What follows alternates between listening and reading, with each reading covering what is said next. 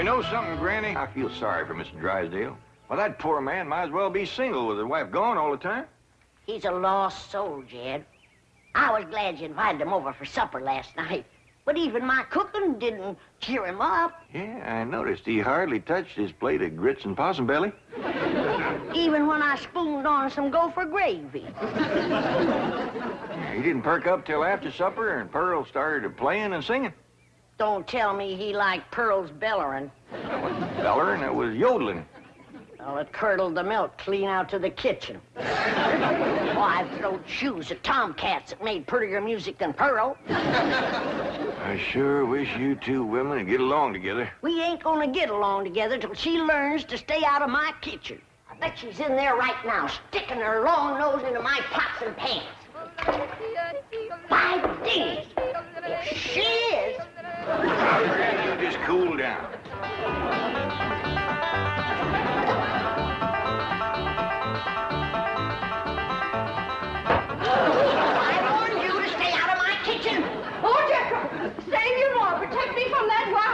Hold her, Jethro, so I can paddle her. Granny, a thing like that could smart.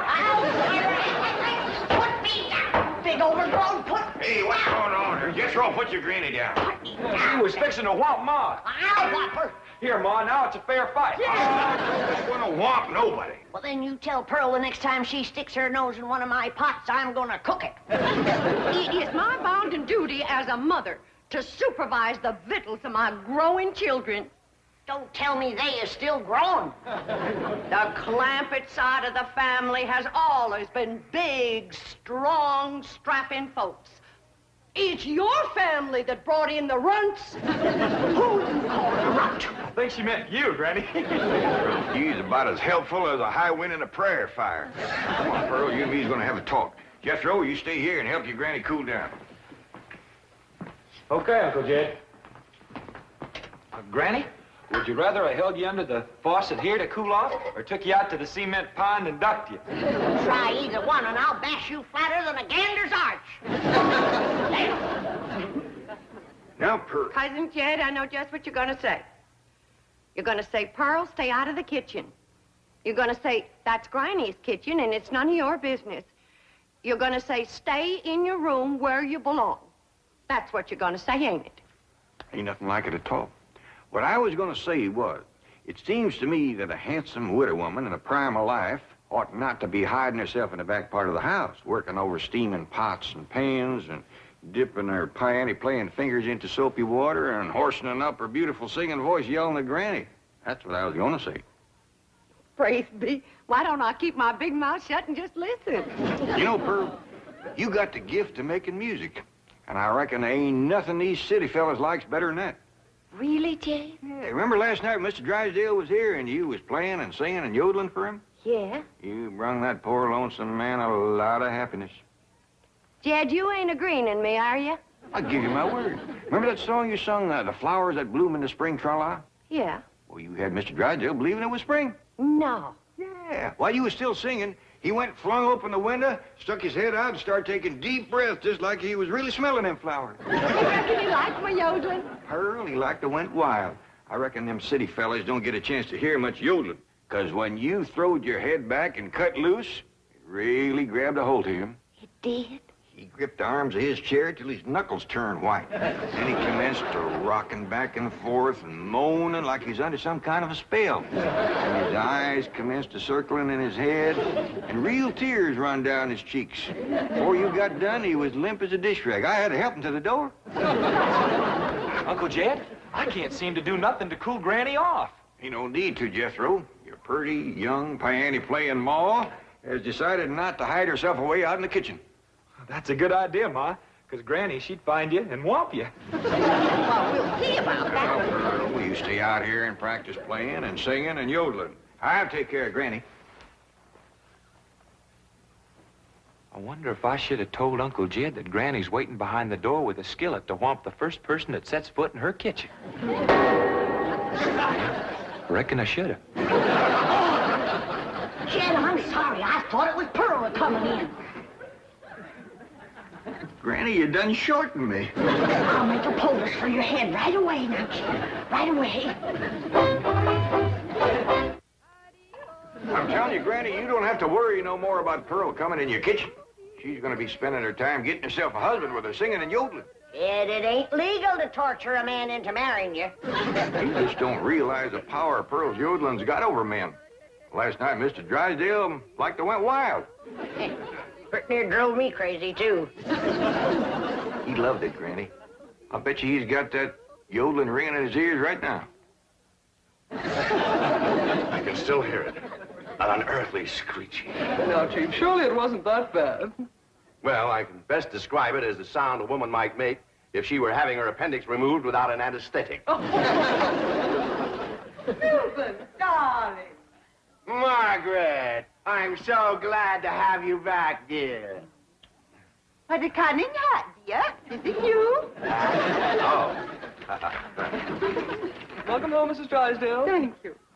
Milton, I have the most marvelous news. I'm going to a health farm in Arizona. What? Some women were talking about it on the plane. It's terribly chic, quite expensive, and you don't need any willpower. They just force you to be healthy. The doctors are all deliciously mean. But, Margaret, you are healthy. Every doctor in the United States says you're healthy. But, dear, this is different. They reduce you as well. Margaret, if you want to lose weight, just stay home and we'll have dinner at the Clampetts every night. Now, you can't eat the food, but you won't leave hungry. Because Cousin Pearl will yodel your appetite away. But, Milburn, it's so fashionable to go to a health farm. Oh, Margaret, please stay home and run the place for a while. You have plenty of servants. Yes, but we have no one to manage the place. And with both of us away most of the time, the servants are asleep on the job. Well, just hire a good, efficient housekeeper. Oh, yes, just try and find one. Oh, Margaret, please stay home. All right. That's the way you feel. Miss Hathaway. I'll stay home, just as you wish. That's my darling. Yes, Mrs. Drysdale? Telephone the pharmacy and have all my prescriptions refilled. And call my psychiatrist, my neurologist, my internist, and my osteopath and have them come over. Oh, and I'll need nurses around the clock. I just know servant problem's going to bring on a nervous breakdown. All right, go to the health farm. No. My place is at home. Please go to the health farm. All right. If you're sure that's what you want. Oh, I want it. Milburn, I promise to come back a new woman. Bye. Just think, Milburn, you'll have a young, glamorous wife. Slim, trim, beautiful. All right, start looking for a new housekeeper. Won't do any good, Chief. We've been through this with... Mr. Drysdale's office. Who's calling, please? Tell him it's a surprise. Surprise? That's what she says. Milburn Drysdale speaking.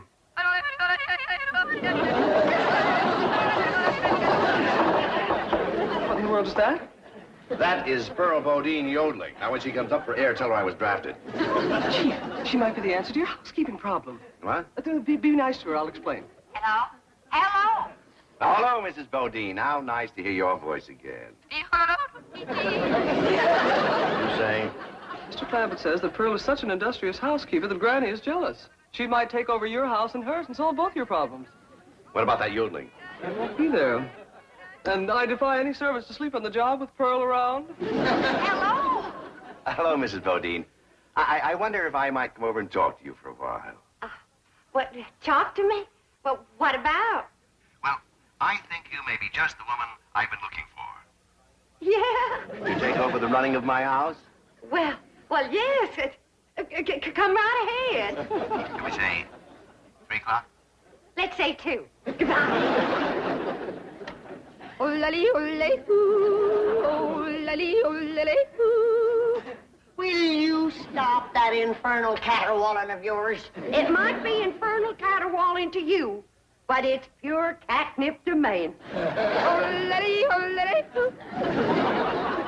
Oh, lally, oh, lally.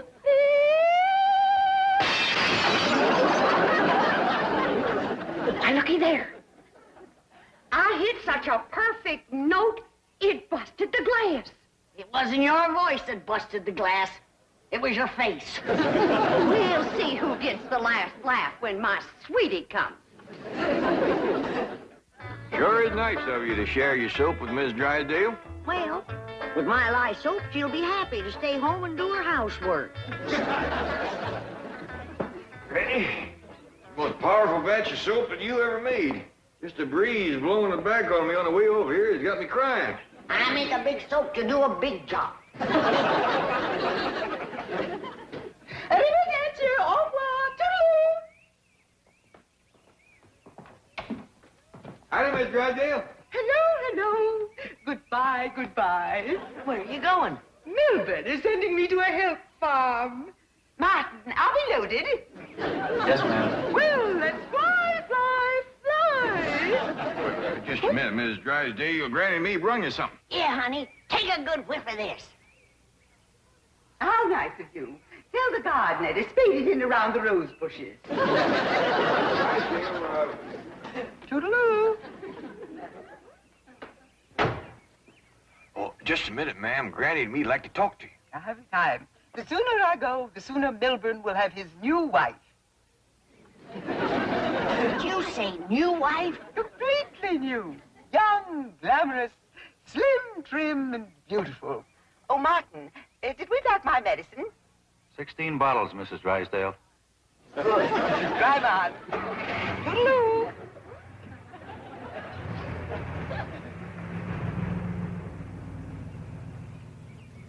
How could a woman be so cheerful about her husband getting a younger wife? You heard her. She's loaded. Yeah, both of them. Sued to the gills. Who do you reckon is the woman that busted him up? Hard to tell, Granny. There's so many young, beautiful women out here. Yeah, probably one of them glamorous movie stars.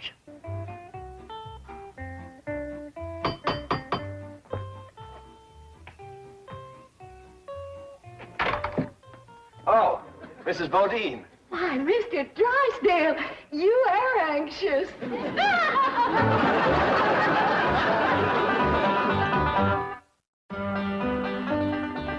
If I'd had a little more notice, I'd have baked your sweet potato pie. It's one of my specialties. Oh. Won't you step down? Thank you. Here, I'll take your hat.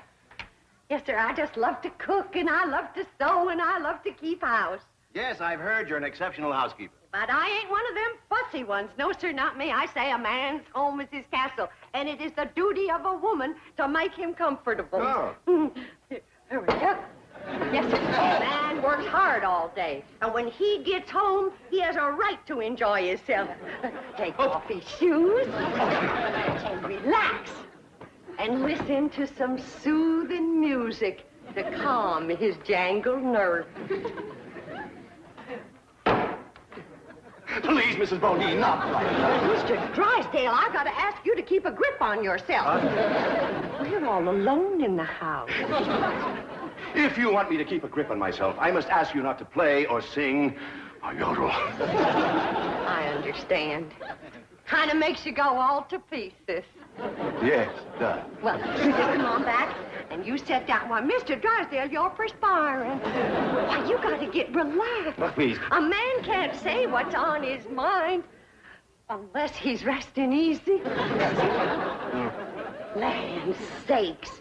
And with that tie and collar choking you, it's a wonder you can talk at all. Oh, Mrs. Bodine, I'll be all right. Really, I will. Mr. Drysdale, you got a hole in your stocking. Oh, it's nothing to be ashamed of. When a man ain't got a woman around to care for him, them things is bound to happen.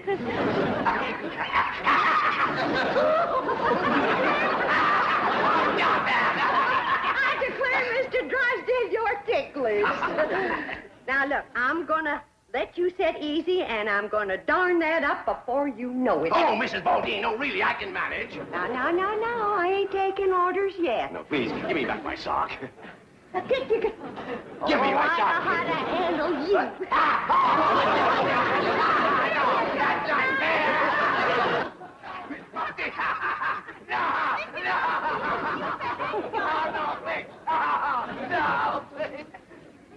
No, Mr. Bumpy. No, please. Mr. Drysdale. I reckon Pearl is a young, beautiful woman that busted up his marriage. What? It's been her singing and yodeling that drove him to it. Mr. Drysdale. Mr. Clampett, it was just, your cousin and I were... Oh, no, we weren't. Jethro, leave the room. Leave the house. Did you have to come back right now? We was just going great. Pearl, what's the matter with you? Man crazy, always was. Mr. Drysdale, get yourself decent. I'll be back to talk to you.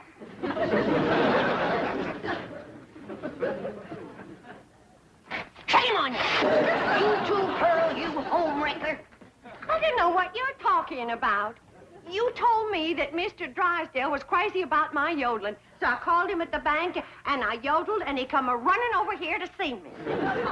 You done yodeled your way twixt Mr. Drysdale and his wife. Wife, I didn't know he had a wife. Well, he has. The sweetest, kindest, nicest, drunkenest woman you ever saw. You done sent her to the farm. Put her out to pasture so he can marry you. You seen her leaving. Oh, she knows about you, Pearl. Said her husband was going to get a new wife. Young, glamorous, slim, beautiful. Jed, that can't be Pearl. You're forgetting what a powerful spell her voice throws on a man. Now, Pearl, I'm going back in there and try to talk some sense to Mr. Drysdale. Whatever you do, don't yodel.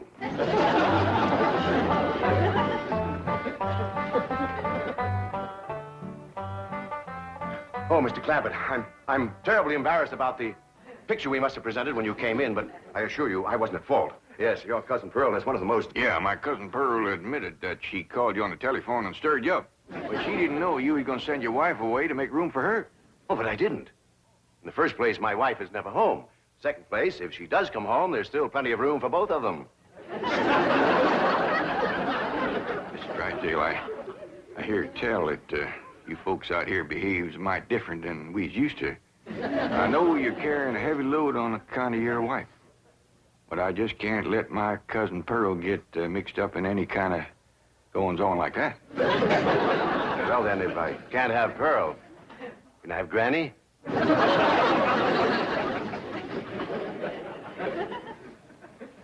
Lord love you, you're a desperate man. That poor man in there is so sick of his drinking wife, he is wanting to marry either one of you two. Last one in is an old maid. Hey, we's trying to save the marriage, not bust it up, and I think I got an idea that'll do it. I want you two to wait in the kitchen, and when I bring Mr. Drysdale in, I want the two. Yes, sir, Mr. Drysdale. Both them fine, hard-working, good-cooking, housekeeping women is in the kitchen there. All you have to do is go in there and take your pick. Oh, this is marvelous of you. Nobody knows. Oh, no. And they took the pledge.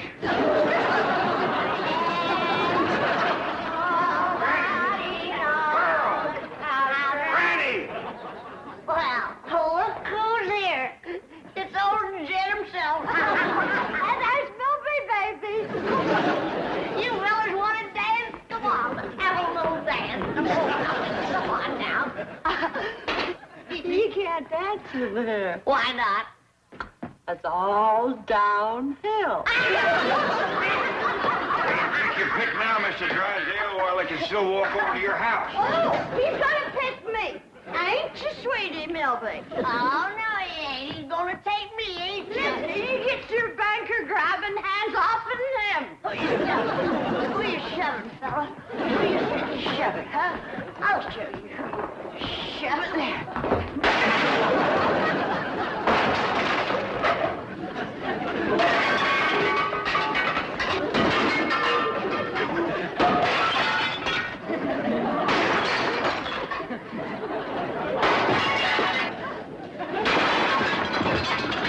How about taking both of them, Mr. Drysdale? No, thanks. You done it, girl. Bless you both. Pearl, you were just great. So was you, Granny, darling. Together, you saved that man's home and you saved his marriage. Don't it give you a good feeling? Yeah. Well, I'm kind of winded. I think I'll go upstairs and rest. Call me when lunch is ready, Granny. Oh, now, just a minute, Pearl, honey. We got a lot of mess to clean up here. Granny, darling, you give me strict orders to stay out of your kitchen. Remember? Why, you low down, no good. Here we go again.